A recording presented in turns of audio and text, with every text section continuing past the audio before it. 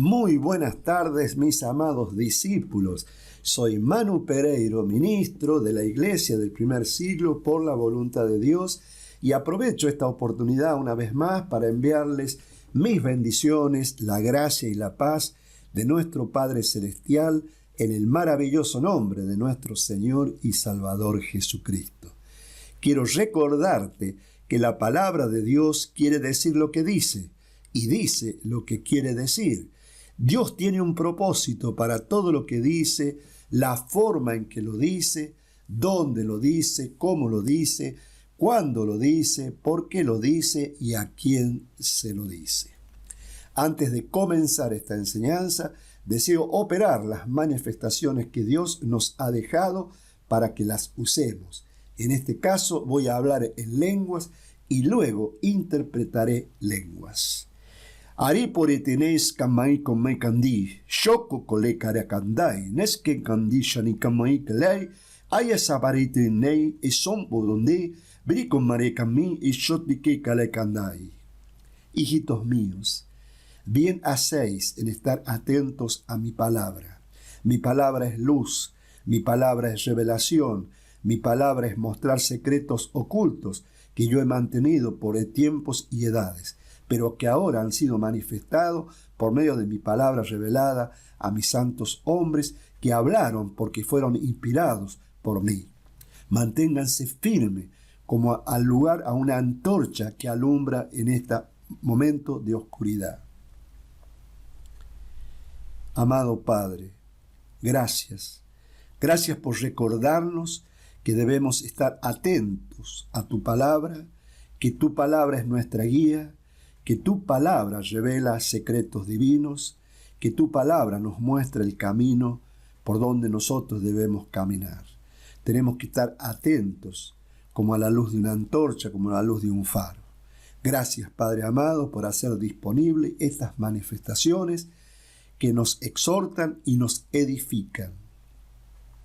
Las manifestaciones del don del Espíritu Santo son las herramientas espirituales que Dios nos dio para poder ser testigos de la obra redentora de nuestro Señor Jesucristo y del plan de salvación de nuestro Padre Celestial. Esa es la razón por la cual yo opero estas manifestaciones, para que ustedes sepan que están disponibles hoy. Si realmente deseas conocer, aprender más sobre la palabra de Dios, aprovecho este momento para invitarte que te anotes al seminario La Abundancia de Dios en la parte 1. Allí aprenderás lo básico, lo elemental para poder operar estas manifestaciones del don del Espíritu Santo. En la descripción del video encontrarás el enlace para anotarte. Bueno, dicho esto, comenzamos la enseñanza del día de hoy. Con el conocimiento de la palabra de Dios que nosotros hemos aprendido en nuestro seminario, de que la palabra de Dios no se debe hacer interpretaciones privadas, sino que la palabra de Dios se interpreta a sí misma de tres maneras básicas: en el versículo, en el contexto y en su uso previo. Hoy vamos a comenzar el estudio del libro del Apocalipsis. La enseñanza de hoy, que está basada en el libro Apocalipsis 1, la titulé El Cristo glorificado y su mensaje a la iglesia. El libro de Apocalipsis comienza con un poderoso mensaje de revelación, no de confusión. Dios no nos dejó este libro para sembrar miedo, sino para mostrar a Jesucristo en su gloria y el futuro que espera a la iglesia. La clave está en recordar que la palabra de Dios, como lo dije hace unos minutos, se interpreta a sí mismo, y de esta manera evitamos interpretaciones privadas. Acompáñenme, por favor, al libro de Apocalipsis. En el capítulo 1 leemos el versículo 1. La revelación, la palabra griega es apocalipsis, de Jesucristo, que Dios le dio para manifestar a sus siervos las cosas que deben suceder pronto, y la declaró enviándola por medio de su ángel a su siervo Juan. Bueno, como ustedes saben, la palabra revelación es la palabra griega apocalipsis, que significa quitar un velo, descubrir lo que estaba oculto. Vamos a ver algunos usos bíblicos de esta palabra. Acompáñenme, por favor, al libro de Romanos. En el capítulo 16 vemos el versículo 25. Y a aquel que puede confirmaros según mi evangelio y la predicación de Jesucristo, según la revelación, Apocalipsis, del misterio que se ha mantenido oculto desde tiempos eternos. Acá tienen un uso o otro uso de la palabra Apocalipsis, que significa revelar lo que estaba oculto. Acompáñenme por favor a Efesios, capítulo 3, y comenzando a leer en el versículo 3, dice así esta maravillosa e incomparable palabra de Dios: que por revelación, Apocalipsis, me fue declarado el misterio, como antes lo he escrito brevemente, leyendo lo cual podéis entender cuál sea mi conocimiento en el misterio de Cristo, misterio que en otras generaciones no se dio a conocer a los hijos de los hombres, no fue revelado, como ahora es revelado a sus santos apóstoles y profetas por el Espíritu. Siempre el uso de esta palabra se refiere a verdades de Dios que Él mismo da a conocer. La figura literaria que Dios usa en todos estos contextos es la metáfora de luz, algo oculto que es iluminado. Por favor, volvamos al libro de Apocalipsis. En el capítulo 1 leemos el versículo 2, que ha dado testimonio, la palabra griega es marturía, de la palabra de Dios y del testimonio de Jesucristo y de todas las cosas que ha visto. La palabra griega testimonio es marturía, que viene de la palabra raíz mártir. De ahí, de esa palabra, viene la palabra mártir, que significa dar fe con palabras y con la vida. ¿Se dan cuenta? El uso maravilloso y semántico perfecto que usa Dios al usar sus palabras. Fíjense, de la palabra marturía, que significa testimonio o dar testimonio, surge o viene la palabra mártir. ¡Qué bárbaro! Realmente es maravilloso estudiar y comprender estas cosas de la palabra de Dios. Algún uso previo de esta palabra está en libros de Hechos. En el capítulo 1, por favor, en el versículo 8 dice: pero recibiréis poder cuando haya venido sobre vosotros el Espíritu Santo, y me seréis testigos, la misma palabra, nada más que en otra raíz, en Jerusalén, en toda Judea, en Samaria y hasta lo último de la tierra. Me seréis testigos. Ser testigos es dar testimonio. Es la misma palabra escrita de otra manera, lógicamente. Aquí indica que Juan está transmitiendo fielmente, con absoluta verdad, lo recibido. ¿Se van dando cuenta cómo se va desarrollando este primer capítulo del libro de Apocalipsis? Acompáñenme, por favor, al versículo 3. Bienaventurado el que lee y los que oyen las palabras de esta profecía y guardan las cosas que en ella escritas, porque el tiempo está cerca. ¿Se acuerdan? La palabra profecía tiene dos usos: todo lo declarado y todo lo predicho. Dice bienaventurado. Makarios es la palabra griega, que significa aquella persona que está dichoso, feliz por la relación con Dios, no por circunstancias externas. Tenemos un uso maravilloso que ya hace unos días lo compartí en Mateo 5.3, donde Dios habla de las bienaventuranzas. ¿Se acuerdan? Apocalipsis, el libro de Apocalipsis, inicia y termina con esta bendición. Fíjense, en el versículo 3 dice: bienaventurados, dice, el que lee y los que oyen las palabras de esta profecía y guardan las cosas en ella escritas, porque el tiempo está cerca.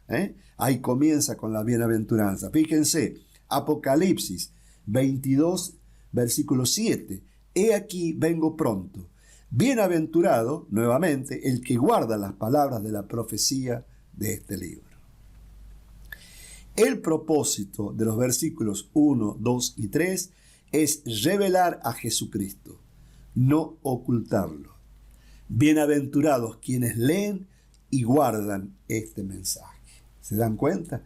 Maravilloso el desarrollo de este libro de Apocalipsis. Por favor, acompáñenme ahora a los versículos 4 y 5.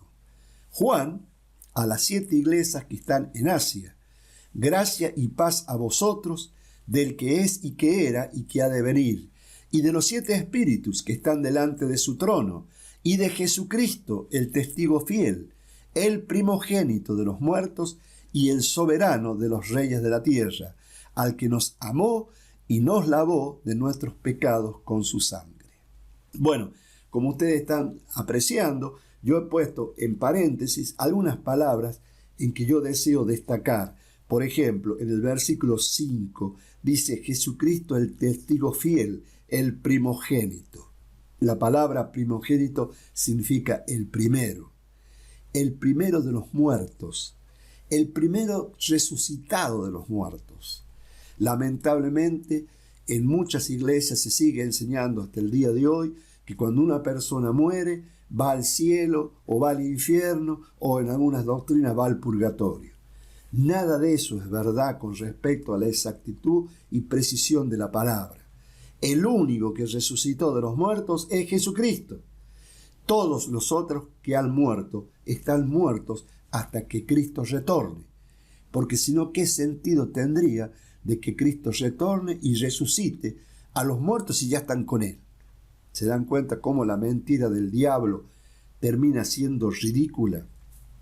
Entonces yo quería destacar esto, por eso yo lo puse entre paréntesis.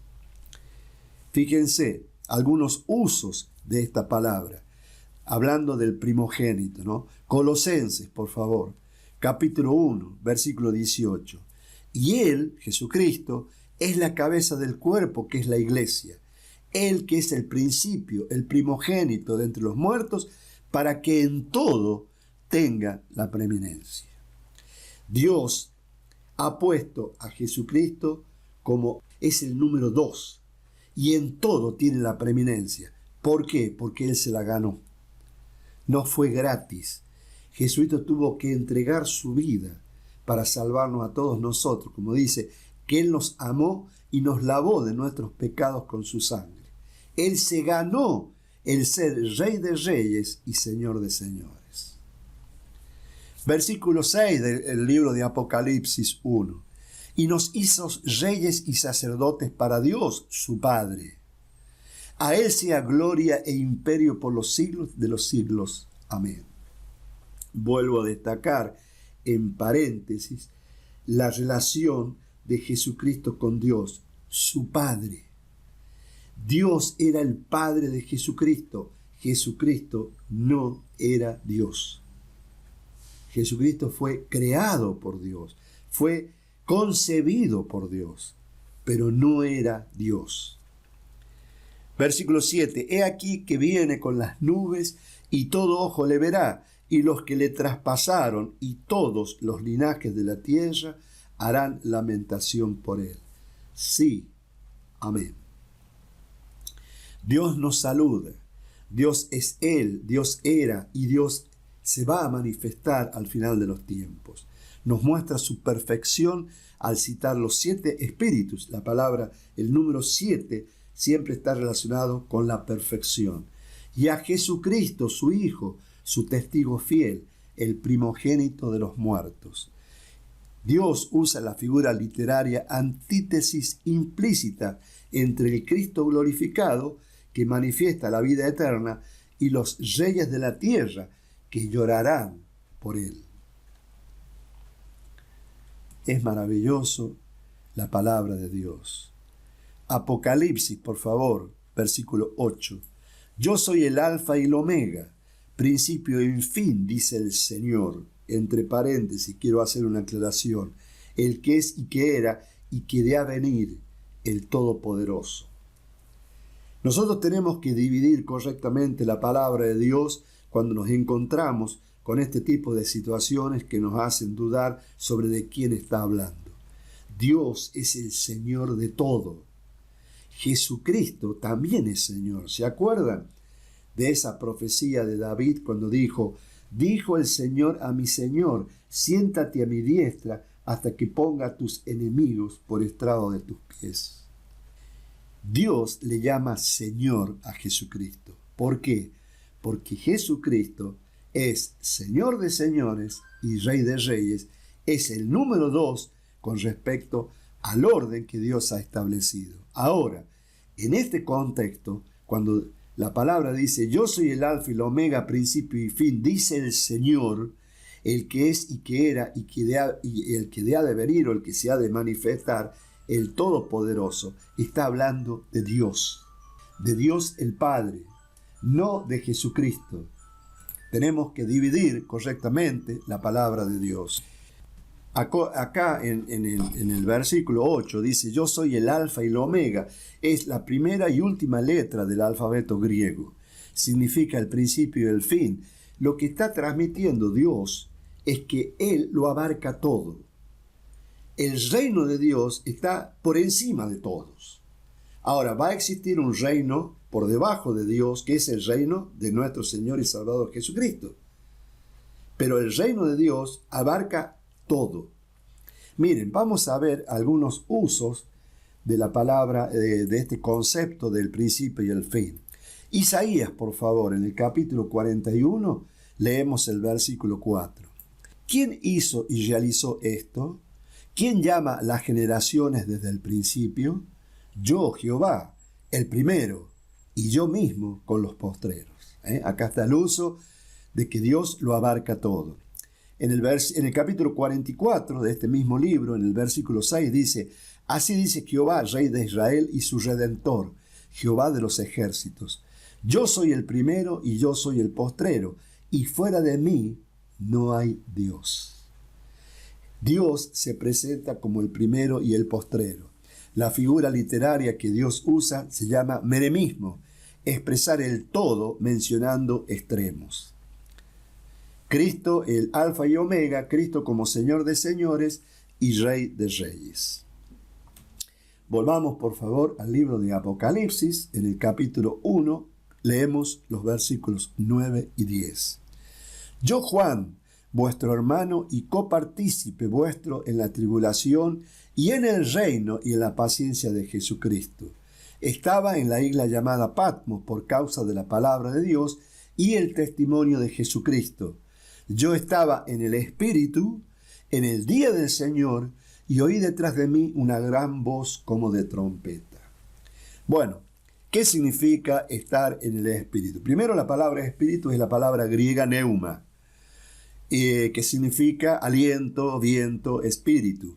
Ahora, la expresión en el Espíritu es un estado de revelación espiritual, no está hablando de un estado físico. Miren, vamos a ver algunos usos de esta expresión, estar en el Espíritu. Ezequiel, en el capítulo 2, leemos los versículos 1 y 2. Me dijo, hijo de hombre, ponte sobre tus pies y hablaré contigo. Y luego que me habló, entró el Espíritu en mí y me afirmó sobre mis pies y oí al que me hablaba. Ahí está la comunicación espiritual de Dios por medio del Espíritu que Dios pone en el hombre para que el hombre lo pueda escuchar y pueda ver cosas espirituales. Hechos, por favor, capítulo 10, versículo 9. Al día siguiente, hablando de Pedro, mientras ellos iban por el camino y se acercaban a la ciudad, Pedro subió a la azotea para orar cerca de la hora sexta, mediodía, y tuvo gran hambre y quiso comer, pero mientras le preparaban algo, le sobrevino un éxtasis. Ahí está la palabra que significa estar en el Espíritu.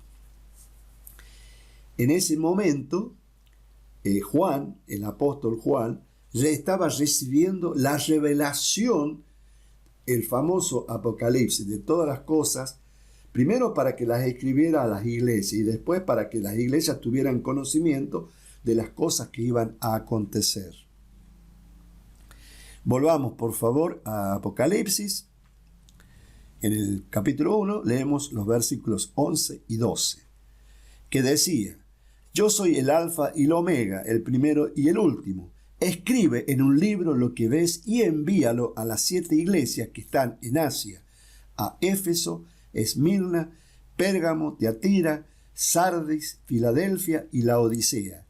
Y me volví para ver la voz que hablaba conmigo, y vuelto vi 7 candeleros de oro. Versículo 13.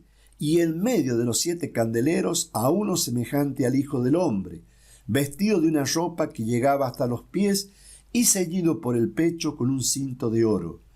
Su cabeza y sus cabellos eran blancos como blanca lana, como nieve, sus ojos como llama de fuego. Acá volvemos, por favor, a entender y a ver algunos usos de cómo Dios usó previamente estas palabras. Acompáñenme, por favor, al libro de Daniel. En el capítulo 7 leemos el versículo 13. Miraba yo en la visión de la noche, y he aquí con las nubes del cielo venía uno como un hijo de hombre, que vino hasta el anciano de días y le hicieron acercarse delante de él. Bueno, ustedes saben que el profeta Daniel ha profetizado sobre los últimos tiempos. Por eso viene la correlación entre Daniel y el libro de Apocalipsis. Continuemos, por favor. Versículo 15 de Apocalipsis 1. Y sus pies semejantes al bronce bruñido, refulgente como en un horno, y su voz como estruendo de muchas aguas. Tenía en su diestra 7 estrellas. De su boca salía una espada aguda de 2 filos, y su rostro era como el sol cuando resplandece en su fuerza. Bueno, en este contexto, Dios usa la figura literaria símil en la expresión su voz como estruendo de muchas aguas. Y también usa la figura literaria hipérbole cuando expresa que su rostro era como el sol cuando resplandece en su fuerza.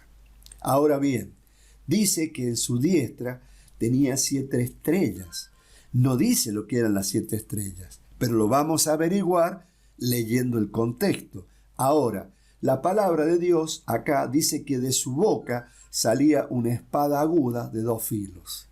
Bueno, la relación es directa, ¿no es cierto? Acompáñenme, por favor, a Hebreos, capítulo 4, versículo 12. Porque la palabra de Dios es viva y eficaz, y más cortante que toda espada de 2 filos, y penetra hasta partir el alma y el espíritu, las coyunturas y los tuétanos, y discierne los pensamientos y las intenciones del corazón. Entonces, simplemente conociendo la palabra de Dios, usando el uso previo, nosotros podemos determinar qué es lo que está diciendo Dios cuando dice que de su boca salía una espada aguda de 2 filos. Es un simbolismo que está hablando que de la boca de Jesús, de la boca de nuestro Señor, sale o salía y sale en forma presente la palabra de Dios correctamente dividida. Versículo 17, por favor. Cuando le vi, caí como muerto a sus pies, y él puso su diestra sobre mí diciéndome, no temas, yo soy el primero y el último, y el que vivo y estuve muerto, mas he aquí que vivo por los siglos de los siglos. Amén. Y tengo las llaves de la muerte y del Hades. Versículo 19. Escribe las cosas que has visto, y las que son, y las que han de ser después de estas. El misterio de las 7 estrellas, la palabra griega es asteres, que has visto en mi diestra, y de los 7 candeleros, la palabra griega es lisnia, de oro. Las 7 estrellas son los ángeles, la palabra griega es angeloi, de las 7 iglesias, y los 7 candeleros, litnia, que has visto, son las 7 iglesias. Bueno, Dios usa la figura literaria metonimia, que significa, ¿no es cierto?, usar una palabra, estrellas, para hablar de otra cosa que son los ángeles. ¿A qué se refiere con ángeles? Son los mensajeros de las iglesias. Yo en este momento, yo soy un ángel, soy un mensajero de la iglesia del primer siglo que hoy está compartiendo la palabra de Dios. Usada esta palabra ángeles simbólicamente para aquellas personas que llevamos la palabra de Dios, el mensaje a las iglesias. La figura literaria, lógicamente, es la mitonimia, es el símbolo. La estrella se usa por la persona que representa. Y por supuesto, la palabra griega para candeleros es la palabra griega lichnia, que es la base o el soporte para lámparas. Aquí representan a las. Fíjense, vamos a ver algunos usos de esta palabra griega. Acompáñenme, por favor, a Zacarías. En el capítulo 4 leemos los versículos 1 y 2. Volvió el ángel que hablaba conmigo y me despertó como un hombre que es despertado de su sueño. Y me dijo, ¿qué ves? Y respondí, he mirado, y aquí un candelabro todo de oro con un depósito encima y sus 7 lámparas encima del candelabro y 7 tubos para las lámparas que están encima de él. El candelero de oro como figura del pueblo de Dios sostenido por el Espíritu. Bueno, yo siempre les exhorto a que todos los contextos que yo cito dediquen el tiempo para leer todo el contexto, para lograr un mayor impacto de lo que Dios intenta transmitirnos a través de la enseñanza. Ahora bien, yo no lo comparto por una cuestión de tiempo. Yo deseo y necesito que esta palabra que yo enseño sea breve, porque lo bueno, si es breve, 2 veces bueno. Entonces yo trato por todos los medios de hacer una enseñanza lo más dinámica posible. Ahora bien, queda en ustedes, ¿no es cierto?, el ir profundizando este conocimiento. Así que cada vez que yo cito un capítulo, un texto, ustedes léanlo todo, léanlo, anoten, hagan anotaciones. De pronto, si surgen dudas e inquietudes, lo primero que tienen que hacer es orarle a Dios y después juntos la podemos resolver. La enseñanza central de este primer capítulo del libro de Apocalipsis es mostrarnos a Jesucristo, el Rey glorificado, que es Señor de la historia. La iglesia, o sea, los candeleros, tienen la misión de iluminar al mundo. Cristo sostiene a sus siervos, a sus mensajeros, a sus estrellas en su mano derecha. Él nos está diciendo que estamos en su mano derecha, tenemos protección y tenemos autoridad. El mensaje de Apocalipsis comienza con una promesa: los que guardan la palabra serán bienaventurados. Eso es básicamente lo que yo puedo transmitirle de este primer capítulo del libro de Apocalipsis. La revelación, el dar a conocer lo que Dios ha ocultado por los siglos y edades. Hermanos, Apocalipsis en el capítulo 1 nos muestra que no debemos vivir en temor, sino en esperanza. Cristo está en medio de sus iglesias y Él volverá en gloria. La acción es perseverar fielmente, mantener nuestra luz encendida y vivir con la seguridad de que Dios, nuestro Padre Celestial, sostiene nuestra vida mientras nuestro hermano mayor Jesucristo intercede por nosotros.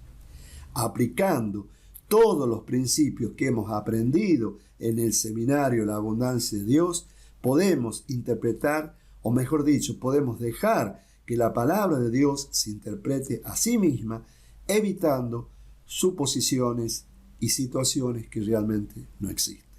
Yo deseo de todo corazón, en el nombre de Jesucristo, que esta palabra que yo hoy te he predicado, que yo hoy te he compartido, sea de gran bendición para tu vida, que te edifique, que te dé confianza, que sientas la protección de Dios y la autoridad que Dios te da por medio de nuestro Señor Jesucristo.